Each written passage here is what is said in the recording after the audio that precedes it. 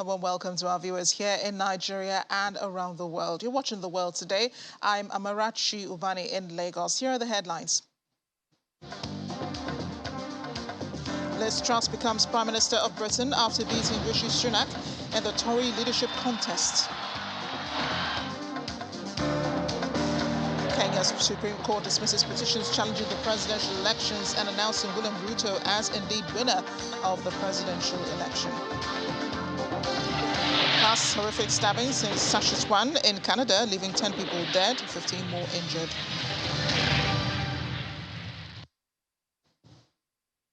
It's a new day and Britain has a new Prime Minister.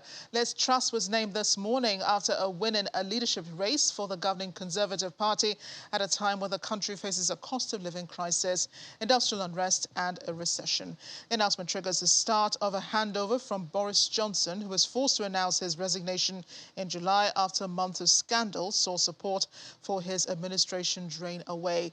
He'll be travelling to Scotland to meet Queen Elizabeth on Tuesday to officially tender his resignation. Truss will follow him and be asked to form a government by the monarch.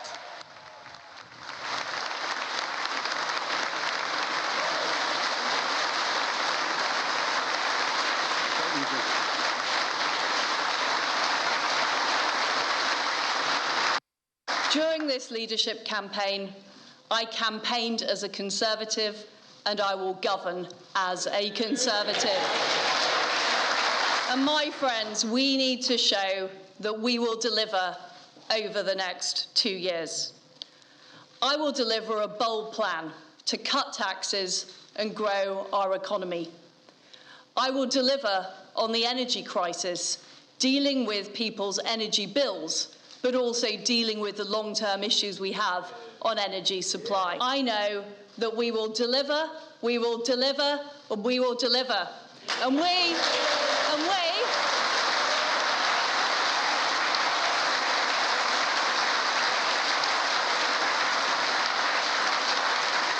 we will deliver a great victory for the Conservative Party in 2024. Thank you. Britain's new Prime Minister now, for many, a figure of fun, but for those in the governing Conservative Party choosing who should replace Boris Johnson, it is Liz Truss's conversion to passionate Brexit supporters and her offer of tax cuts that have propelled her to within touching distance of becoming the next Prime Minister. It also helps that she's not former Finance Minister Rishi Sunak, who some in the governing Conservative Party blamed for triggering the rebellion against Boris Johnson and fear he cannot beat the opposition Labour Party in the next election. Truss, who until now was Britain's foreign minister, made it to the final two in the race alongside Sunak and looks poised to win them over, ranking first in polls so far to be appointed the new leader and Britain's next Prime Minister today. She was born to parents she describes as left-wing, her mother a nurse and a teacher, and her father a maths lecturer.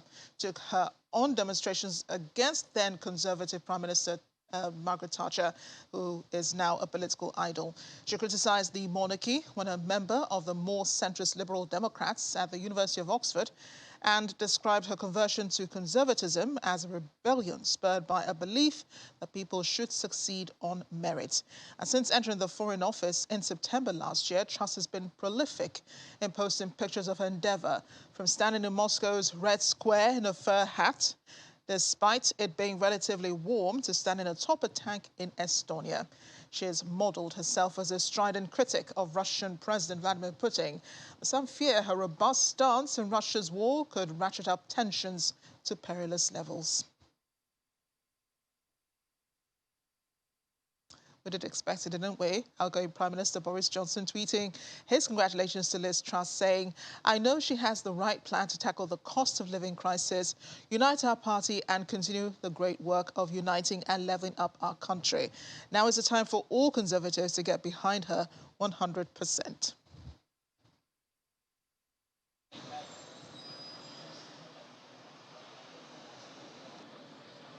Keeping it short and sweet isn't here, but Russia has said it cannot rule out the possibility that dire relations with Britain would get even worse under the new Prime Minister. Truss is chiefly known in Russia for a visit she made to Moscow in February when she and Foreign Minister Sergei Lavrov held a rancorous meeting. Lavrov described their conversation as like a dialogue between deaf and mute people, complaining the facts had bounced off her. Russia's foreign ministry also has openly mocked Liz Truss over geographical gaffes, including on one occasion when she mixed up the Black and Baltic Seas. Truss openly challenged Lavrov at their meeting over Russia's troop buildup near Ukraine, saying, "I can't see any reason for having 100,000 troops stationed on the border, apart from to threaten Ukraine." Since then, Britain has been one of the most active and vocal supporters of Ukraine after Moscow sent troops into the country on February 24, supplying Kyiv with weapons and training. Russia and Britain have had tense relations for years, hitting low points with the fatal 2006 poisoning of former Russian security officer Alexander Litvinenko in London and the attempted killing of former Russian double agent Sergei Skripal and his daughter with a nerve agent in the English city of Salisbury in 2018.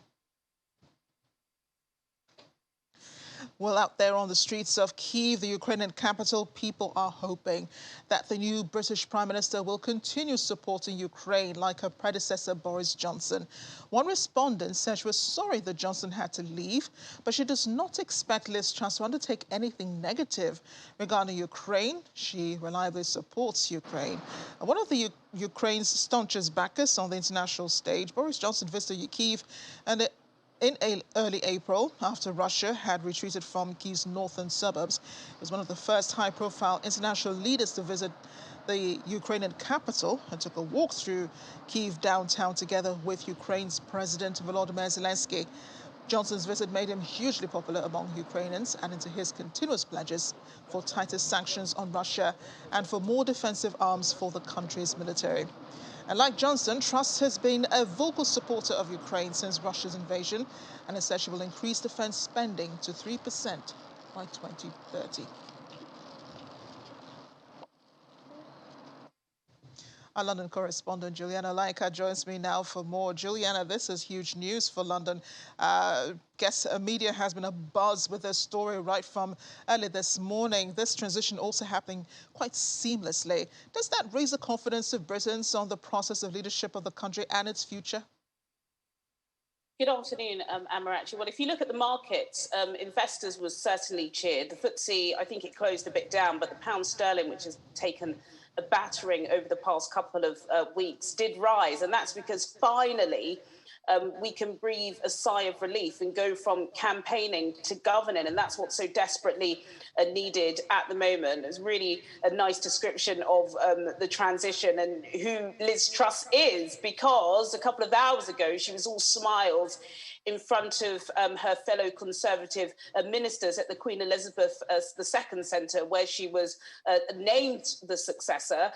But, you know, it was by a lot less than what the media and I suppose herself would have hoped for. I think she won by about 21,000 votes, much less than any of the other Conservative leadership battles we've had in the past. And I think that just shows how much she is going to have to contend with internally, blue on blue, before she tries to tackle the domestic and the global issues. And my golly, there is so much for her to tackle. I feel like I'm a broken record, but, you know, these are serious issues that Britons are facing. She will go into number 10 Downing Street tomorrow with an in tray that no other Prime Minister in peacetime has had to experience. And this even includes Boris Johnson during the pandemic. First and foremost, she has got to tackle the soaring energy bills.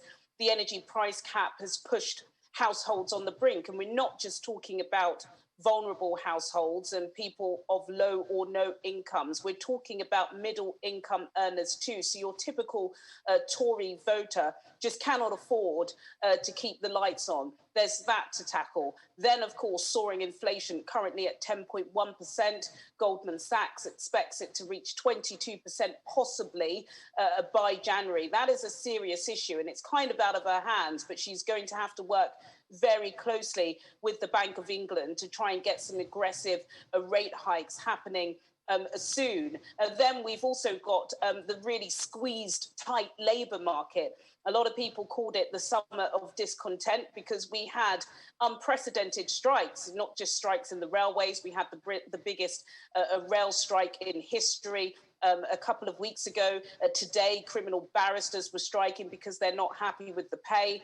Royal Mail, which is going through a kind of modern transition, their staff have been striking. And we're also expecting industrial ballots from lecturers, NHS workers, unionists, and civil servants. So there are huge issues that Liz Truss has to battle with. And then, of course, we've got the wider geopolitical issues, which includes, as you were speaking about, the relationship with the Kremlin, which we know is at its worst state that it's been in over 100 years. There's the issue of Brexit. I know that one of Liz Truss's first early meetings is going to be with the Irish Taoiseach, and they are going to decide whether or not Article 16 will be triggered, because the withdrawal agreement that her predecessor signed is just not working. And then, of course, trying to repair the kind of strained relations that we have with our closest ally,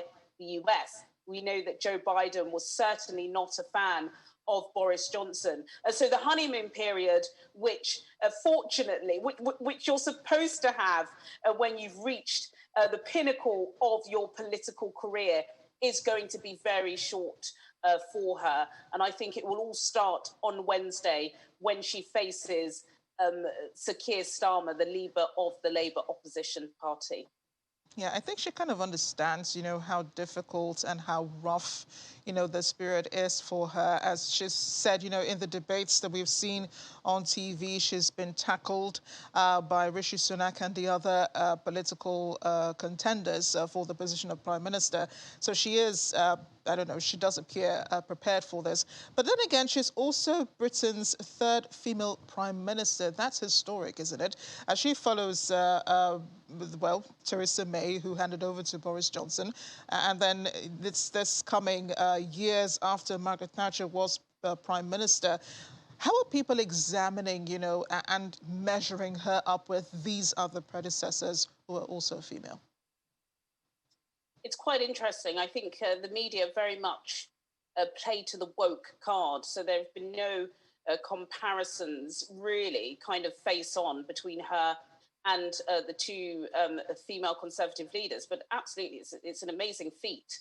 And quite interesting, on social media at the moment, there's lots of conversations about the Labour Party and the fact that, hang on a minute, all of the three female prime ministers have come from the Conservatives. You've got to get your house in order.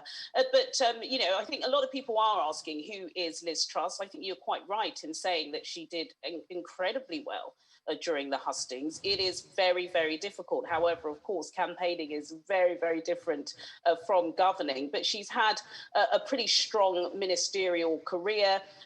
She's flip-flopped, which most people have had. She's not yet 50.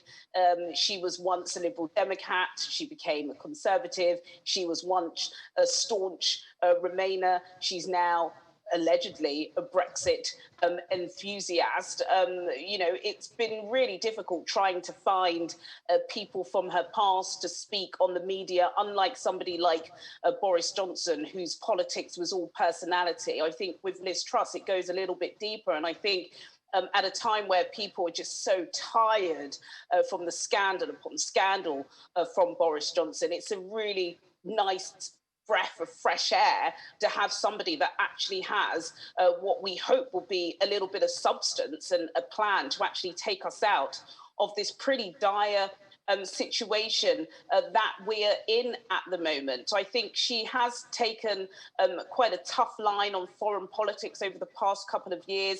Before she was Foreign Secretary, where she took a hard line on China and, of course, a hard line on Putin. She was the International Trade Secretary. And I think after Brexit and the pools of the pandemic, it was so important that Britain was able to go out into the world and forge greater ties. And she was able to do that. I think she did that on the continent in Africa. She was able to do that in the Pacific region. There were talks of this free trade deal with America, which I think is well on the back burner. But I think in terms of style, I believe that Liz Truss seemed to be a little bit more relatable than Theresa May.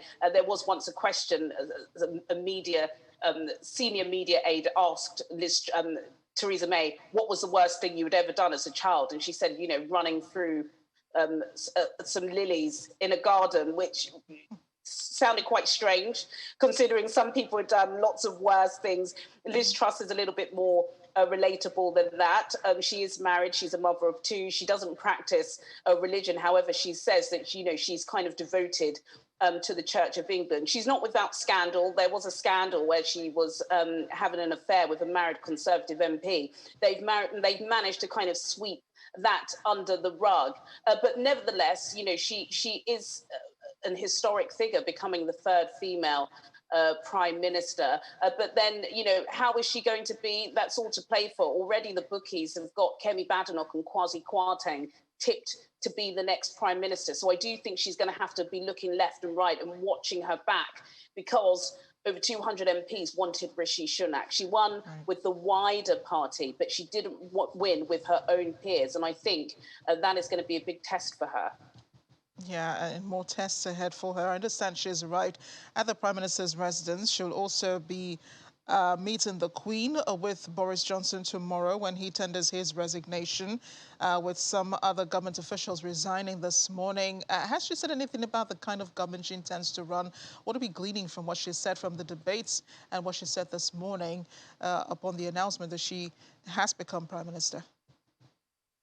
Well, yes, you're absolutely right. I do. So Boris Johnson is still Prime Minister until tomorrow, officially. She will be travelling to Balmoral in Scotland. I believe her and the Prime Minister will be flying out on separate planes. She will ask permission from Her Majesty to form a government. We do believe there are some names that are already tipped to be in her government, one of them being Kwasi Kwarteng, who has been a staunch ally of hers during the 6 weeks of husting. He's tipped to be Chancellor of the Exchequer, which is huge, particularly for Black people within this country, Black Africans, considering that he will be the first Black to be living in number 11, which is absolutely extraordinary, and hats off to him. Kemi Badenoch, remember her? A controversial figure, but again, you know, very culpable. She's expected to win big in government. And then there are people like Therese Coffey, who is also a long-term friend of Liz Truss. She is currently the Work and Pension Secretary, so she deals with all of the universal credit and the benefits. She's tipped to be the next health minister. So as we've expected with this Conservative government, or the government under Boris Johnson, lots of stuff is leaked to the media before it's leaked officially to you know, people at the dispatch box. I don't think that's the right way to go going forward.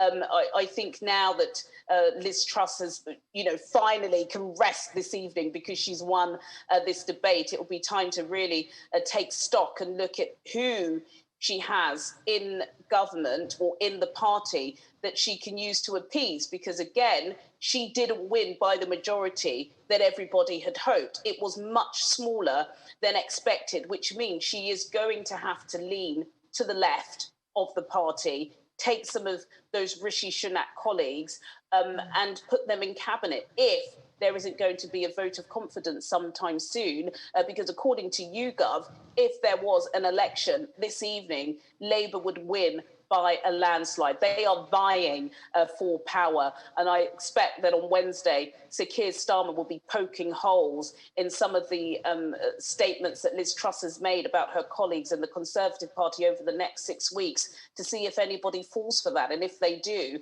there could be more infighting and perhaps a vote of no confidence. Well, one thing I've learned, Juliana, anyone becoming Prime Minister of Britain needs a will of steel. So thanks for joining me on the programme. And do enjoy the rest of your day, of course. Just before the break, well, he was also in the running. Rishi Sunak lost the race, of course, to Liz Truss earlier today. He says the party must now unite behind the winner, Liz Truss. Truss defeated Sunak by 81,326 votes to 60,399 in a Conservative Party of the Conservative Party members. Truss takes over the country, facing a cost of living crisis, industrial unrest, a recession, and of course war in Europe, where Britain has been backing Ukraine.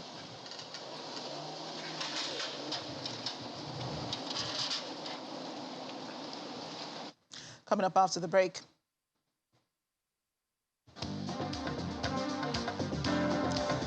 Police in Saskatchewan in Canada still on the hunt for two suspects in Sunday's stabbing in the city. Stay with us. Welcome back to the program. Regional Police Chief Evan Bray has appealed to the public for information to help find two suspects linked to a stabbing spree in Canada. Two men suspected of killing 10 people in a stabbing rampage that devastated an Indigenous community in Canada were still at large as at today, as police try to determine a motive for attacks that shocked the nation, where mass violence is rare. Police launched a manhunt for Damien Sanderson and Miles Sanderson, both of them in their 30s, after they allegedly stabbed people in 13 different areas across an Indigenous community and its surrounding province on Sunday. At least 15 people were wounded. The attacks in Saskatchewan province were among the deadliest in Canada's modern history. A statement by Indigenous leaders indicated they may have been drug-related. Police say some of the victims appear to have been targeted, while others were apparently random.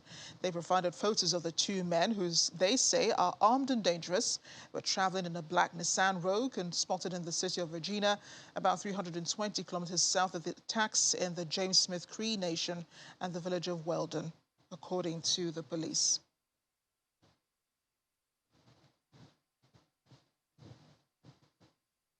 And so police bulletins are still urging people to report any suspicious people or take precautions, including sheltering in place, while the warning against picking up hitchhikers now are approaching suspicious people.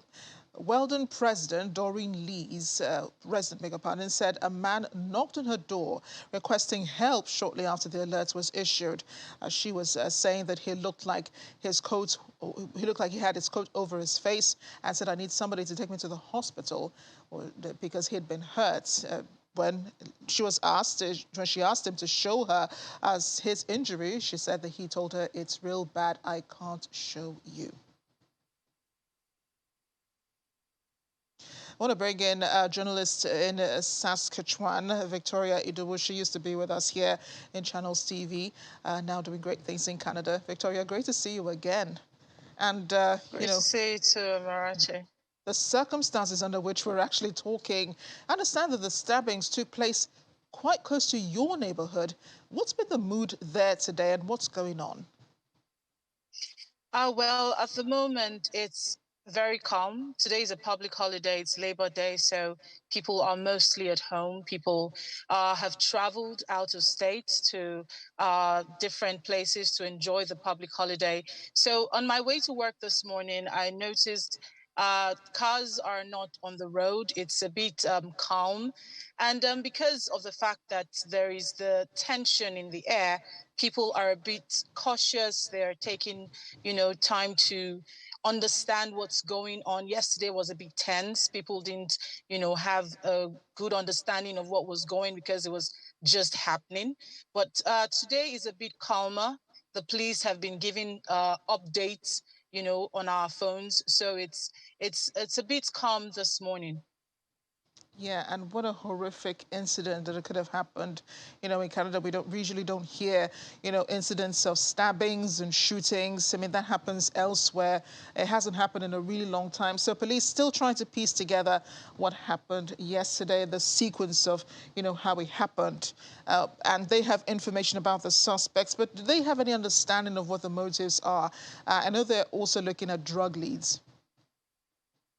Yes, at the moment, it's still related to drugs. They haven't really picked the motive behind what's happened yesterday, but they're saying that it's something related to drugs because it's coming from the indigenous community, which is, they have there's this notion that it's has to do with drugs because of the community it's coming from, and also because of the fact that it's among members of their community. It's not outside. It's not people. It's not other people from living in Canada. It happened within the James Smith Cree community, which is just a few hours away from Regina. And so they have moved, to other parts of Regina, which actually is about 10-15 minutes away from where I live. So the motive right now is still in question. So the police is not really saying so much about what they are finding out at the moment. Um, you just talked about police presence already in the area. Is there like a stop and search? How exactly are they going about looking for the suspects? Are they going from door to door, knocking and asking people questions? So what exactly is going on? Well, on my way to work, I didn't see any stop and search. It's difficult you rarely see such stop and search here in Canada. And because it's the location of where it has happened or where the community is a bit on the highway, farther away from from Regina. So it's what we are seeing so far is the police, taking information from people, listening to what the people are saying. People that are seeing them within their areas are sending in notifications to the police. So the police is giving updates on the phones, on on the media as it happens. So we're not seeing any stop and search. I haven't seen any police knock on any door within my area, but it is possible that within the Akola area where they were last seen, which is about say 10-15 minutes away from where I stay, it's there's the possibility of the going in from door to door to look into people's homes to really get them, which is very possible for the police to go ahead. But so far I haven't seen any stop and search from my way to work. Yeah, and 10 people being killed in the stabbings, two separate incidents, but then closely related. 15 others injured. A suspect currently on the run. Prime Minister Justin Trudeau has described the attacks just as we have. It's horrific. How worried are authorities about the reoccurrence of violence like this in Canada, considered the more peaceful country in Northern America? Well, Canada is relatively a very peaceful place. So incidents like this is usually not it's usually not it's not a very common occurrence. So, but the situation is that they are not, because they haven't gotten a motive. The assailants have not been apprehended just yet. There is the fear that yes, as they go along, more people could be hurt. Because as they being on the run means that they will try to find safety wherever they are, which would mean that they would, look for a situation whereby they could hurt people some more, which is what the police is worried about. But as to reoccurring, it's mostly stated that the situation was only one person was motivated. There was motive to Do apologize. Seem to have lost the contact with Victoria, though, who has given us an update on the situation. Victoria, if you can hear us, thank you so much, for this update, and do stay safe out there, especially as you drive to work and you're back later on in the day. We move on to Kenya, where the Supreme Court today put an end to speculation about who won the country's presidential election and if President-elect William Ruto can go on to be president next week.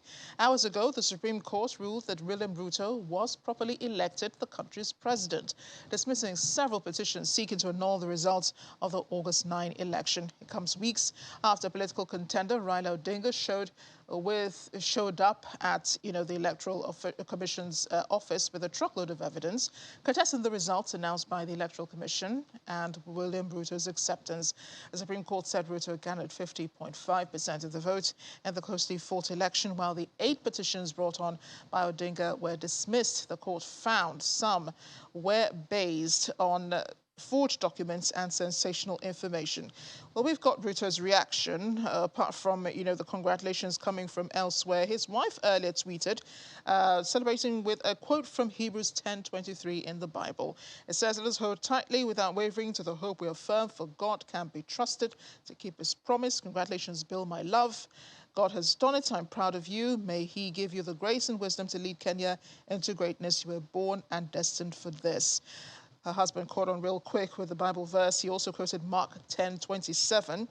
With men it is impossible, but not with God, for with God all things are possible. Kenyans have been celebrating across Nairobi, the capital. Social media is flooded with many of them taking pictures of the celebrations, including inside the Supreme Court, where the announcement was made.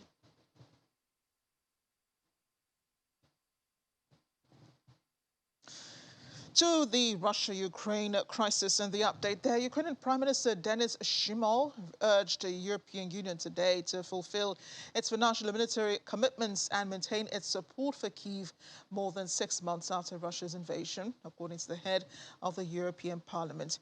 Shmyhal met leading EU lawmakers this morning, including Roberta Metsola, President of the Parliament, who briefed news reporters about the 90-minute session covering a broad range of topics.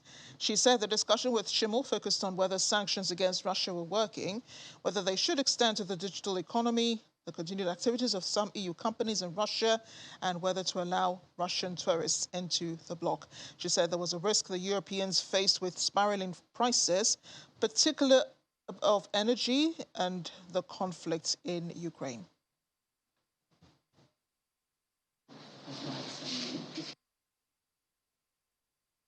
The demands were for the European Union to live up to its commitments promised in terms of financial aid, but also military and logistical support. From a Parliament perspective, we made a commitment to do everything we can in the most efficient way possible, as we have since the beginning of this war, in order to do what we need to do for the answers to be given, whether from a practical point of view, whether in terms of political support in the path of Ukraine towards the European Union. But now we have to take it further. There are still military commitments that need to be made, and there's still the support that needs to continue to be unwavering. The risk is that people in Europe forget that there's a war. The risk is that we look away. The risk is that millions of Ukrainians feel like they have no choice but to remain either internally displaced or be outside of Ukraine over the next months.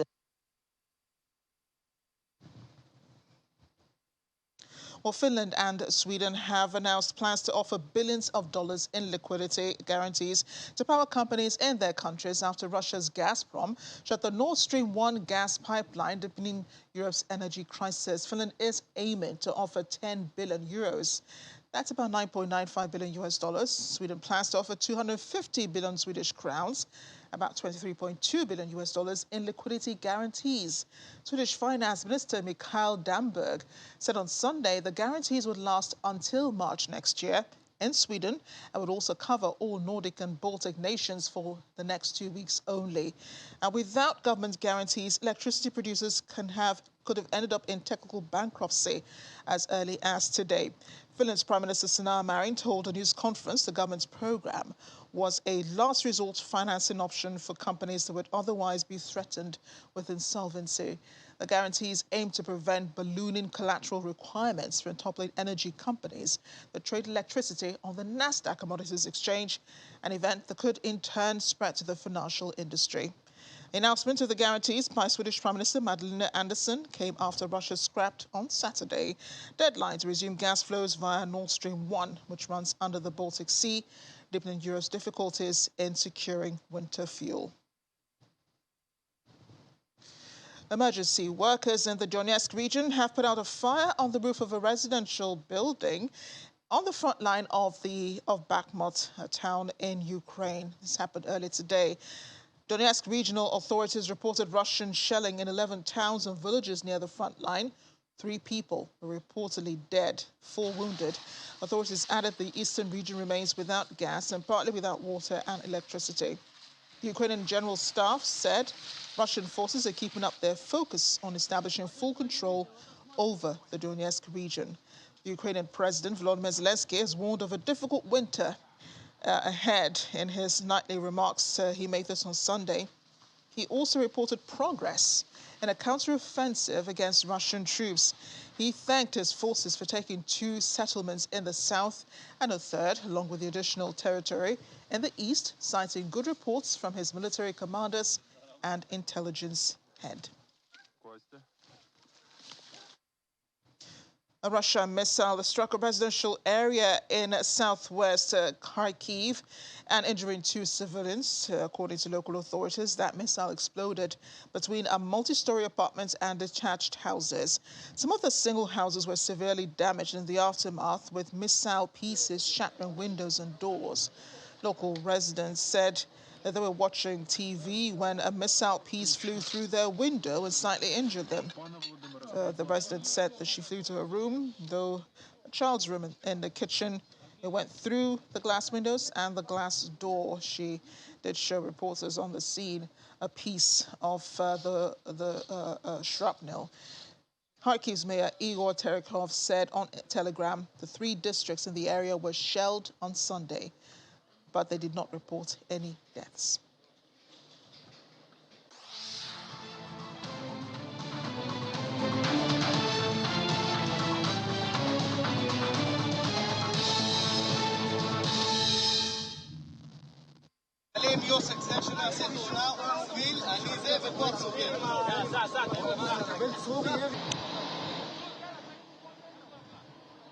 Well, scores of mourners took part in a funeral procession earlier today for a Palestinian who was killed in clashes with the Israeli military in the West Bank that Palestinians said belonged to the Islamic Jihad militant group. Those mourners marched through the streets of Jenin and headed to Kabatia, to the burial place, according to the Palestinian Ministry of Health. Israeli soldiers killed a Palestinian during clashes in the occupied West Bank during the morning hours. Israel's military said security forces had arrested 5 people suspected of what it called terrorist activity in and around the city of Jenin when a riot erupted. The Palestinian Foreign Ministry condemned the killing, calling it an execution. Violence has simmered in the West Bank since Israel began a months-long campaign against suspected militants in response to a spate of street attacks carried out by Palestinians and members of Israel's Arab minority that killed at least 18 people. So far, 97 Palestinians have been killed, according to the Health Ministry, including the attackers, civilians and those shot during clashes with Israeli forces. Also overnight, the 4 Israeli soldiers were injured when an explosive device was thrown at their post near the Palestinian town of Nabi Saleh, according to the army. Survivors of a suicide bomb recalled earlier today the moment the blast went off near the Russian embassy in Kabul. As some said, there were so many injured people around, everyone was fleeing the site. A boy who was treated in the Kabul hospital for head injuries reported what he saw earlier today. In a bed nearby was Faiz Mohammed, another victim, who remembers how he was queuing outside the embassy when the explosion happened. He said, "We were sitting outside waiting for the consul to receive our papers. The consul came and we showed him our papers. He guided us towards the entrance door of the embassy. Suddenly, the blast occurred and I fell on the ground." 2 Russian embassy staff in Kabul were among 6 people killed when the suicide bomber detonated explosives near the entrance of the embassy. It's a blast that injured at least 10 other people, according to the Russian Foreign Ministry and Afghan officials confirming the incident. Police said the attacker was shot dead by armed guards as he approached the gate in one of the first such attacks since the Taliban took power last year. The 4 others killed were Afghan civilians. Russia is just one of the few countries to have maintained an embassy still in Kabul, Afghanistan, after the Taliban took over the country more than a year ago. Although Moscow does not officially recognize the Taliban's government, they have been in talks with officials over agreement to supply gasoline and other commodities.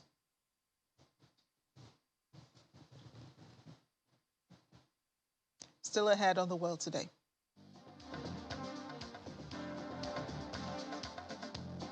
China's Sichuan province hit by a 6.8 magnitude earthquake, leaving 7 people dead.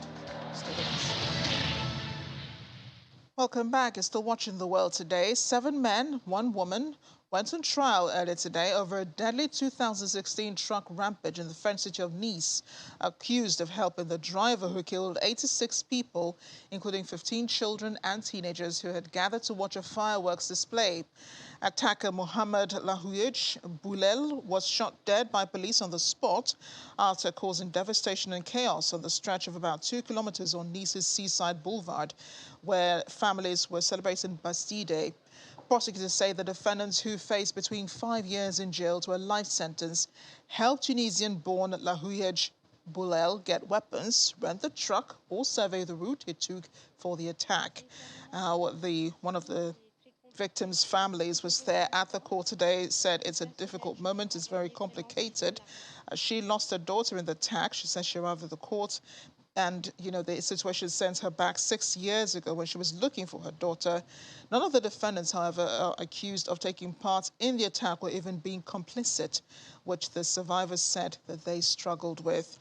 A lack of high-profile defendants, together with the fact that there are question marks over the attacker's motives, mean the Nice trial is quite different from the past month's trial into the Islamist attacks that killed 130 people in Paris in 2015. Islamic State did claim responsibility a few days after the Nice massacre, but offered no proof that the attacker, who had a record domestic violence and petty crimes, had direct contact with the group. There are serious doubts, however, over whether this was an opportunistic claim of responsibility, and the prosecutor's office said that it was one of the points the trial would aim to clarify. It could not say, however, whether the defendants would plead guilty or deny any wrongdoing. Weather check continues now in India. Large parts of the tech capital Bengaluru was underwater today after torrential rains uprooted trees, caused crippling traffic and forced offices to issue work-from-home orders to employees. Just look at the floods. Footage shared with our sister station Reuters showed a flooded street in the Bellandur district and an excavator working to ease the flooding. The Bangalore urban district on Sunday received 28.1 millimeter rainfall. That's 368% more than the average, according to data compiled by the state-run India Meteorological Department. The city has received 141% more rainfall than average since the start of monsoon season on June 1st. It's no better in nearby Pakistan, so much so Prime Minister Shehbaz Sharif visited the flood relief camp set up in Khambar Shadok in the hardest-hit Sindh province of Pakistan. He inspected relief activities from a helicopter and then later settled on the ground and interacted with affected people. This is just an aerial view from the Prime Minister's plane showing vast areas covered in flood water. Record monsoon rains and melting glaciers in Pakistan's northern mountains have brought floods that have affected 33 million people, killed at least 1,314, including 458 children, according to Pakistan's National Disaster Management Agency. Floods have followed record-breaking summer temperatures. The government and the United Nations have both blamed climate change for the extreme weather and the devastation it has brought. The floods have led to a growing humanitarian crisis for Pakistan, and the UN has called for $160 million in aid to help the victims of the flood. The Finance Minister, Miftah Ismail, says the cost of the damage are far higher than that. Imagine what happened in China earlier today in the Sichuan province. The 6.8 magnitude earthquake jolted Luding County in the southwest. According to local authorities, the quake happened at 12:52 Beijing time. The epicenter was monitored at 29.59 degrees north latitude and 102.08 degrees east longitude at a depth of 16 kilometers. The Chinese government activated its level 3 emergency response for earthquakes, the third highest in China's 4-tier earthquake emergency response system. The Sichuan Earthquake Administration activated its level 2 emergency response. Communication services in counties of Mokshi and Yangziju near the epicenter were cut off, with some houses being damaged. The operation of some substations and transmission lines in Gangzi Tibetan Autonomous Prefecture, where Luding is located in the neighboring Yan city, has also been disrupted in the wake of the earthquake. Power supply to some 400,000 households have been affected as well. But the first batch of 32,000 pieces of relief materials, including tents, quilts, and folding beds, has been delivered to the quick-hit areas by the provincial authorities. As of this afternoon, Provincial Health Commission had dispatched a total of 139 medical workers to Gangzi and Yan for rescue. As many as 635 people, including armed police forces, firefighters, medical workers, wiremen, and road maintenance workers, joined emergency relief and repair work to some 300 rescuers who also helped arriving at the epicenter. And as we end the program today, we're off to Egypt, where the village of Shubra Bilula on the Nile Delta is the heart of the jasmine industry in Egypt, which along with India is one of the world's top 2 producers. The trade has been hit, however, by disruptions caused by the COVID pandemic and, of course, the war in Ukraine. It's been dampening demand and also straining supply chains. In field outside the village of Shubra Belula, workers walk along rows of bushes in the relative cool of the night and early morning, using head torches to pick flowers by hand into baskets. The flowers are processed nearby to extract a concentrate known as absolute, which is exported to Europe and elsewhere for use in perfume. Jasmine has a special way of cultivation. You can only pick jasmine early in the morning, around, say, 1 a.m. But when it becomes hot, you cannot pick it, and it won't be good when you collect it. So early in the morning is the best time to do it. But the trade has been hit by disruptions caused by the COVID-19 pandemic and the war in Ukraine, dampening demand and straining supply chains. The Russian-Ukrainian war has also affected our distribution because Russia used to take a good portion of our production. It's also affecting people who are afraid and are not buying what they deem as unnecessary or luxurious, like fragrances. High temperatures this summer have also highlighted a potential risk from climate change on the fragile jasmine flower. The flowers need to be harvested before the sun comes up and the jasmine dries out in the heat.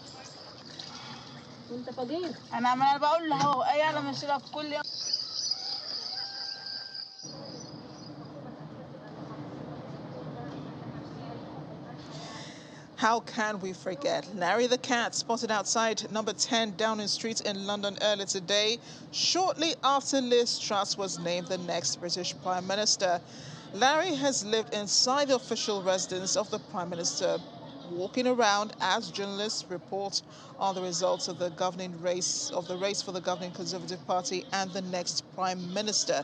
But would you believe that just before today, there were actually placards and posters up for him, putting him in the running to become next Prime Minister of Britain. Larry was only 4 years old when he was adopted from Battersea Dogs and Cats Home to begin his new life in politics and to begin his new life in politics, and served as a trusted companion to 3 British Prime Ministers, David Cameron, Theresa May, and the outgoing Prime Minister Boris Johnson. Maybe Liz Truss will find a friend in him eventually.